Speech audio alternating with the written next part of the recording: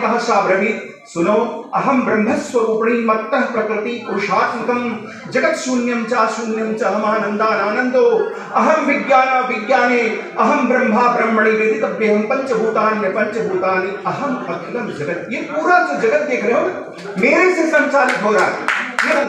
सनातन जितना पुरातन है उतना आधुनिक है, लेकिन उसको समझने की बात है कि आज हम लोग आधुनिक बन करके पाश्चात्य जगत से आए हुए हम अपनी ही चीजों को, रूपांतरित हुई चीजों को अपना रहे हैं, लेकिन अपनी मूल चीजों को नहीं जान पा रहे। हमारे मौजूद है मिट्टू मिश्रा जी को जो है सादर नमन करता हूँ, वंदन करता हूँ और अभिनंदन करता हूँ कि हम उस राष्ट्र के हैं जो हम विश्व कल्याण की बात करते हैं। अयम निजः परोवेति गणना लज्जित शाम उदार चारिता नाम तु वासुदेव कुटुंबकम।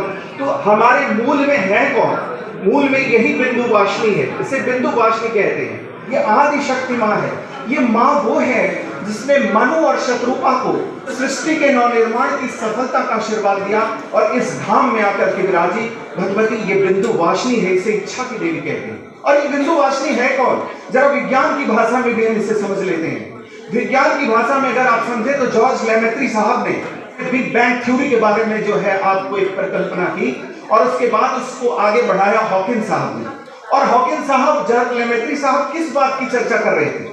यही तो है सनातन। सनातन जितना पुरातन है उतना आधुनिक है, लेकिन उसको समझने की बात है कि आज हम लोग आधुनिक बन करके पाश्चात्य जगत से आए हुए हम अपनी ही चीजों को, रूपांतरित हुई चीजों को अपना रहे हैं, लेकिन अपनी मूल चीजों को नहीं जान पा रहे। हमारे गुरुजी ने बहुत अच्छा जो है इस पर प्रकाश डाला है, उसके लिए मैं बार बार उनको नमन करता हूँ, कुलपति महोदय जी का। और आपको बताता हूं कि ये कहां से, देखिए हमारे वेद, ऋग्वेद में है हिरण्यगर्भ शंभुवर पिताग्रे भूतस्य जातः पतिरेकाशित शदाधार पृथ्वी द्यामुते माम कश्मई देवा हविषा विदेम। ये अगर है तो क्या है? बिग बैंग थ्योरी को ही तो डिकोड किया गया। और बिग बैंग थ्योरी जिसको जॉर्ज लेमेत्री साहब कर रहे हैं, और ये हिरण्यगर्भ की उत्पत्ति कहां से होती है? ये बिंदु वाशिनी से होती है। बिंदु वाशिनी कौन है? हमारे वेद में आया है कि सभी देवताओं ने पूछा, सर्वे वे देवा देवी मुक्तस्तु, सभी देवताओं ने पूछा माँ तुम कौन हो, काशित कौन? तो माँ ने कहा साब्रवीत, सुनो, अहम ब्रह्मस्वरूपिणी मत्तः प्रकृति पुरुषात्मकम जगत शून्यम च अहमानंदानंदो अहम विज्ञान विज्ञाने अहम ब्रह्मा ब्रह्मणि वेदितव्यहम पंचभूतानि अहम अखिलम जगत। ये पूरा जो जगत देख रहे हो मेरे से संचालित हो रहा है।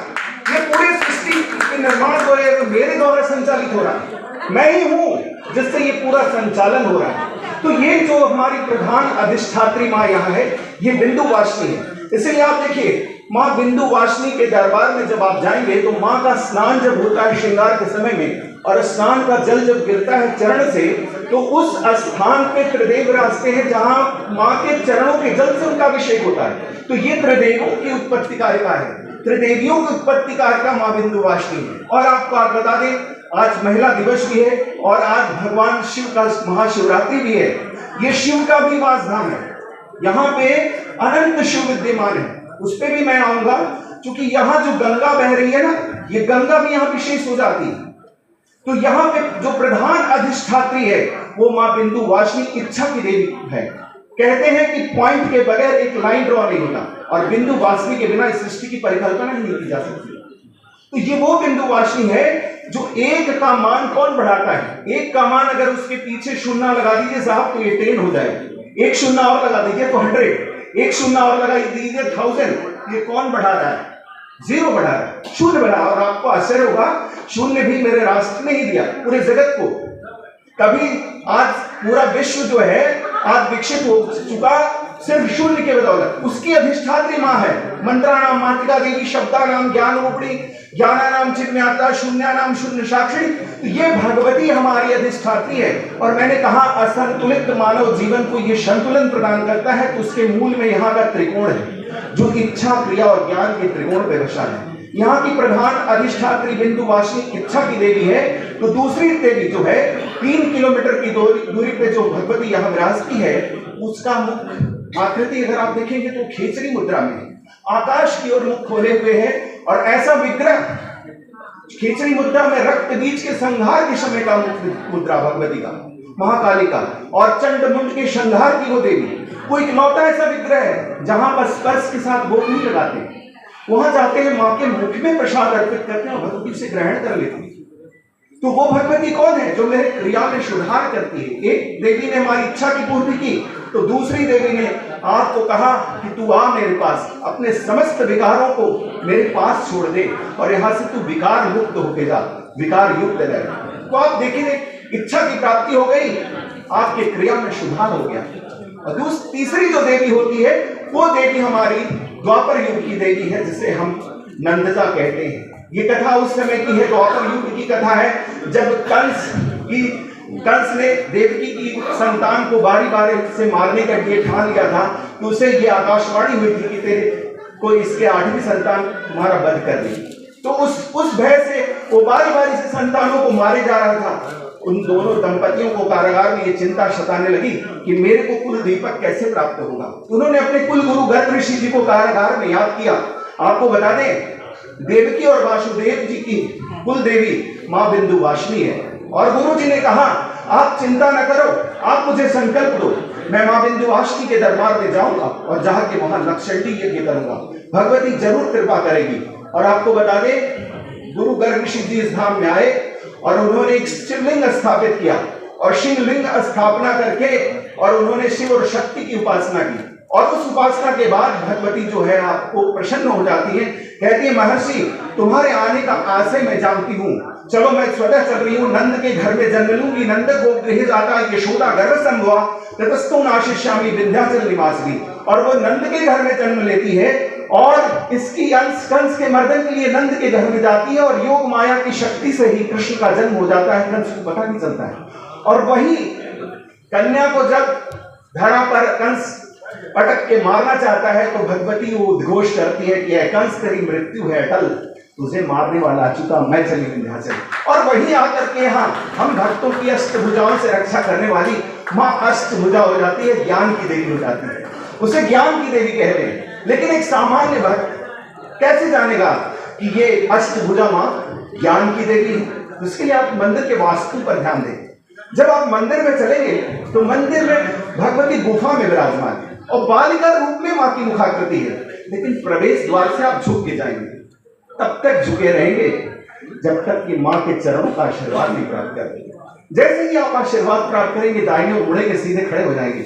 मैसेज मिल गया, कन्वे कर दिया माँ ने। ज्ञान प्राप्त करने के लिए व्यक्ति को झुकना पड़ता है। क्या मिला? इच्छा की प्राप्ति और आपको क्रिया में सुधार और ज्ञान की प्राप्ति। इच्छा, क्रिया और ज्ञान के ही त्रिकोण पर यह बसा हुआ विंध्याचल आपको संतुलित मानव जीवन को संतुलन प्रदान करता है। मैं अभी हमारे बीच से जो है माननीय मंत्री जी चली गई, मैं उनसे कहना चाहता था, यहाँ का त्रिकोण तो प्रकाश में है, लेकिन यहाँ की पंचकोशी यात्रा जिस संदर्भ में अभी आप बता रहे थे, पंचकोशी यात्रा को अगर प्रकाश में ला दिया जाए तो हमारे 18 किलोमीटर मिर्जापुर का सर्वांगीण विकास हो सकता है। समय का अभाव है, तो एक विषय को और मैं बोल करके अपने वाणी को विराम दूंगा। हमें संदेश आ गया है कि आज मातृशक्ति है और हम आदि शक्ति की बात कर रहे थे। तो आदि शक्ति के बारे में विज्ञान क्या कहता है जरा ऐसे भी जान लीजिए। आज जो हम शरीर से हरकत कर रहे हैं, संचालन कर रहे हैं, ये ड्यू टू एटीपी की वजह से हो रहा है, जिसको विज्ञान की भाषा में एडेनोसिन ट्राइफॉस्फेट कहते हैं, जो हमें डीएनए से मिलता है, माइटोकॉन्ड्रियल डीएनए से। क्या आपने कभी मूल में सोचा ये माइटोकॉन्ड्रियल डीएनए हमें मिला कहां से?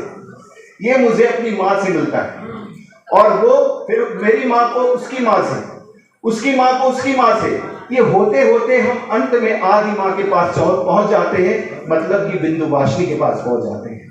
तो हम जिस आदि शक्ति की पूजा की बात करते हैं उसी को विज्ञान आज का पाश्चात्य देश भी मानता है, लेकिन हमारी चीजों को लेकर हमारे यहाँ का मेडिटेशन ध्यान चला जाता है, जापान तो रेकी बन जाता है और जो है हम कहते हैं कि वो रेकी हमें सिखा रहे हैं। हमारा सनातन वर्ष प्रारंभ होने वाला है, इसको बस इसी कविता के साथ मैं समाप्त करना चाहता हूँ।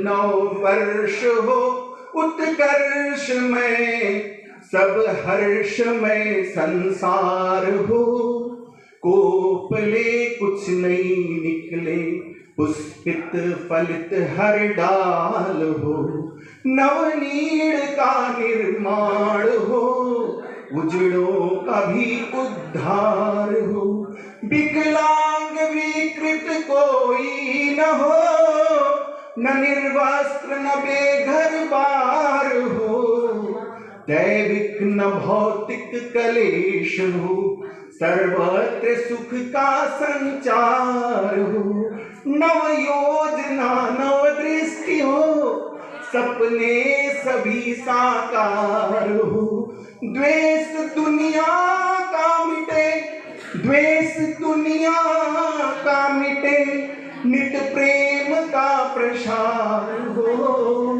आरोग्य जीवन रहो, आरोग्य जीवन रहो, जग में जहां तुम यार हो, नव वर्ष हो उत्कर्ष में, सब हर्ष में संसार हो। आने वाला सनातन नववर्ष हम लोगों के लिए नया सवेरा नई उपलब्धि लेकर के आए और हमारा राष्ट्र विश्व गुरु बनने के लिए अग्रसर हो गई, हम भगवती से प्रार्थना करते हैं। जय मां विंध्यवासिनी।